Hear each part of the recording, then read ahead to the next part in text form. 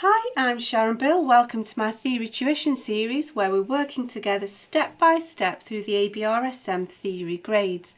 There are lots of resources available to help you on my website. If you visit sharonbill.com, you'll find some free PDF information sheets which you can download in US letter or A4 to accompany each step of this series to help you.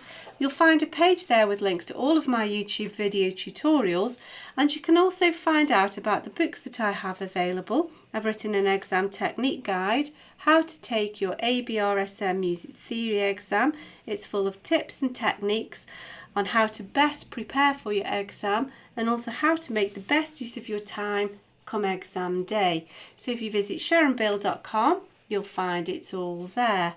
If you can give me a like, that would be really super, and please do subscribe to my channel to keep updated, and please do share out the videos.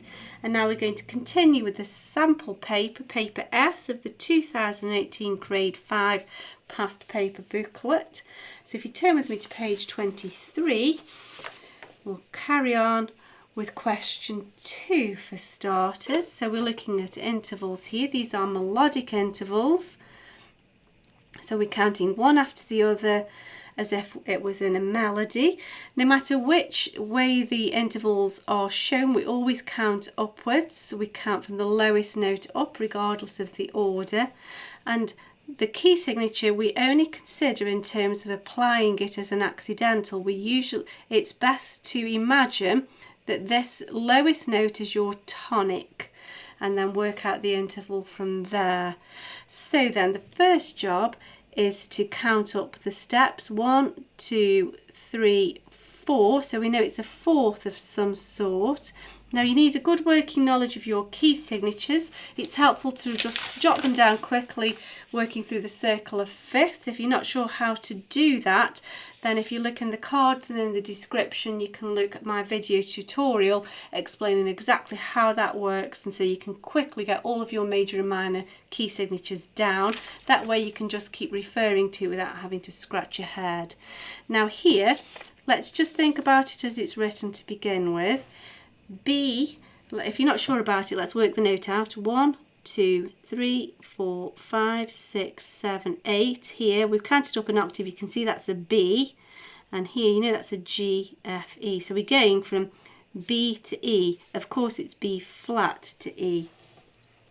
However, let's just think about it. B flat major would have an E flat in, so would B flat minor. The perfect fourth would be B flat to E flat. However, it's to E natural, and so we've augmented that perfect interval. We've made it bigger, and so that's an augmented fourth. There we go.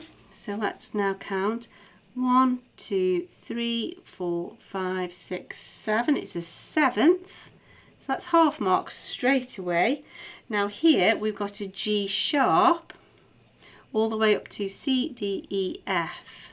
Now then, it's quite hard thinking of G sharp as your tonic. So let's first of all think G. So we know that G to F sharp would be major. G to F natural is minor. And then G sharp, raising that lower note, we can see as diminished. So we've made it smaller again by raising that bottom note. So it's a diminished seventh. We've worked all the way through major, minor to diminished.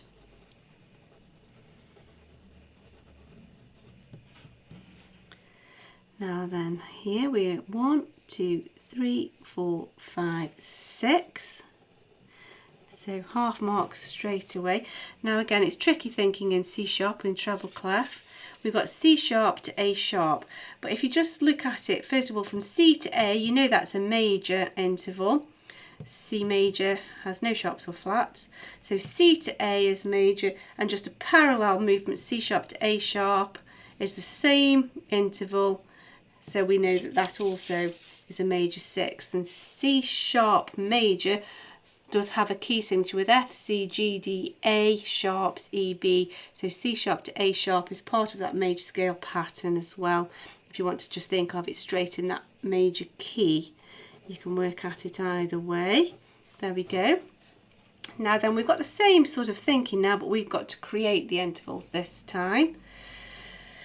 So we need to write a compound minor third or a minor tenth. So let's count up 10. 1, 2, 3, 4, 5, 6, 7, 8, 9, 10. And a compound minor third takes us from the F sharp up an octave, F sharp to A. Now F to A is major. That's a major third, but because of the key signature, we've got F sharp to A, and that's minor. You can tell as well if that's part of your minor arpeggio, your minor triad, and F sharp minor is related to A major, which has 3 sharps, F, C, G sharps as well, so we can see that's part of that minor key system as well. So actually nothing needs to be changed because your key signature has made that minor interval for you. Oh, I've just realised it should be a melodic interval. Read the question. It's got to come one after each other like a melody. So there we go. Now I've done it correctly. I wrote it as a harmonic interval. It says melodic interval, one after each other like a melody, just like these. Should pay attention to detail there. Okay, fifth. 1, 2, 3, 4 is A, B is the fifth. So there's our basic fifth. That's a perfect fifth at the moment. With treble E, F, G, A, B. That's it. And then E to B is perfect. And so to diminish that, to make it smaller, we've just got to lower down a semitone. So if we add a flat sign, that will do the job for us. There we go, so that's that completed. Let's press on. Now we have a transposition question here, and really this is the same sort of thinking. We've got to work out the interval as we're transposing it down, and then we just adjust all of these accidentals as we go along, raising and lowering by semitones in accordance with our new key signature. So then, this is written for cor anglais, the English horn, and it plays a C, but it sounds an F. It sounds 5 notes lower, so it will be playing this top C, but it will be sounding an F. So what we need to do is show how this is going to sound by transposing it down a perfect fifth. So at the moment, we are in E flat major. Of course, it could be C minor or something else, but the accidentals will adjust and work out for us accordingly, so it's just as easy to think of it in the major key.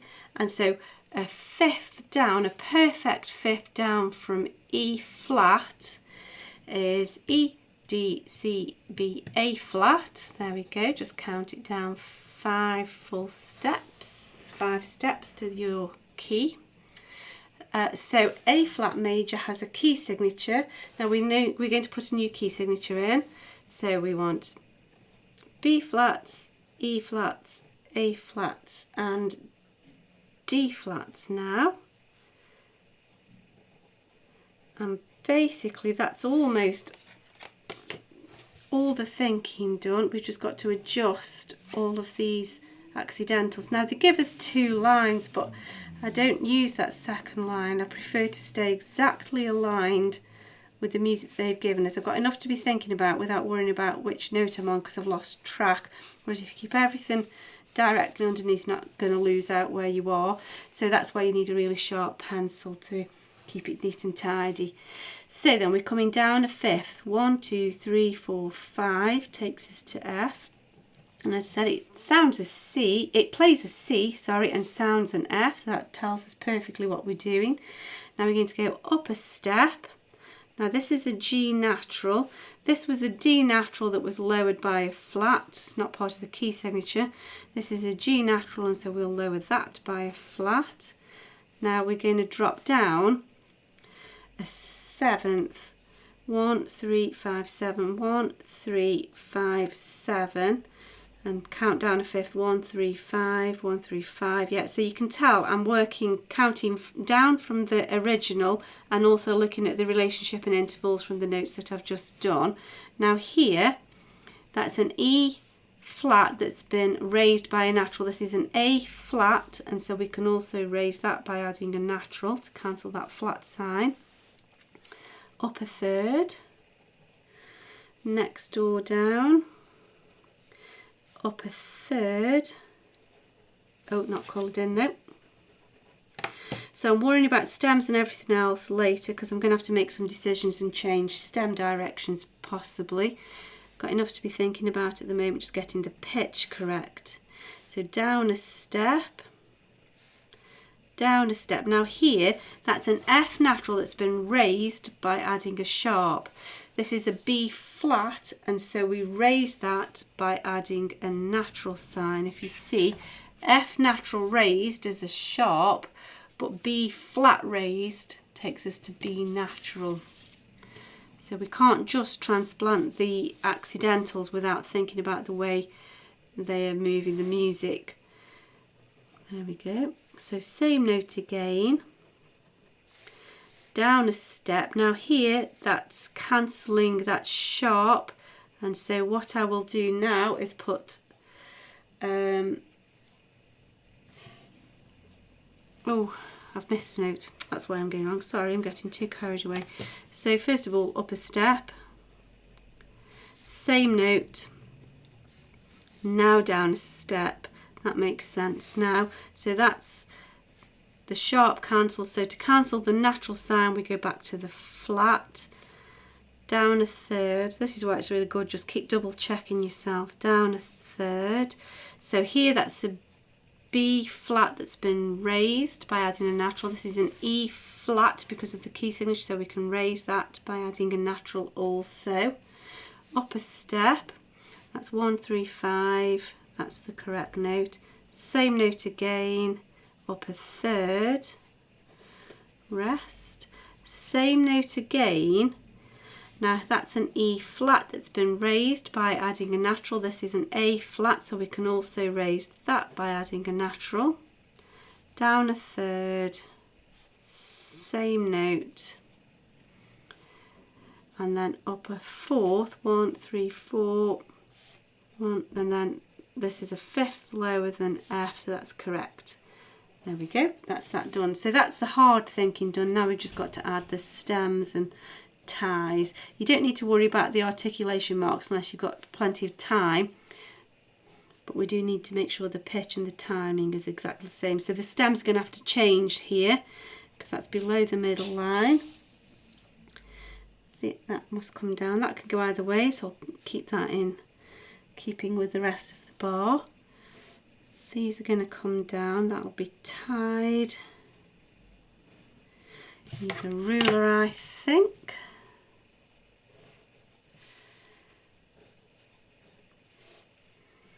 Now then, that should come down. That could go either way, but these two should come up, so these two kind of outvote it because that can go either way. So this one's going to have to change for the good of the rest of the group, as it were. There we go. These stems go up,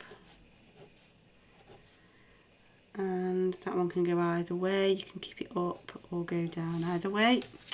Let's just make a decision and choose one. There we go, etc. That's that completed. So there we go, that's that question completed. We'll look at the next question in the next video. I do hope this is helpful to you. I hope that you're enjoying it. I'm certainly enjoying working through it with you. Do work through lots of past papers. It's really good revision resource and exam prep. They've done lots online that you can look at to help you through your studies. If you can give me a like, that would be fab, and please subscribe to my channel to keep updated. Please like and share the videos. And please do visit sharonbill.com and have a browse around all of the resource and information that's available there to help you. Thanks for watching. See you next time. Bye.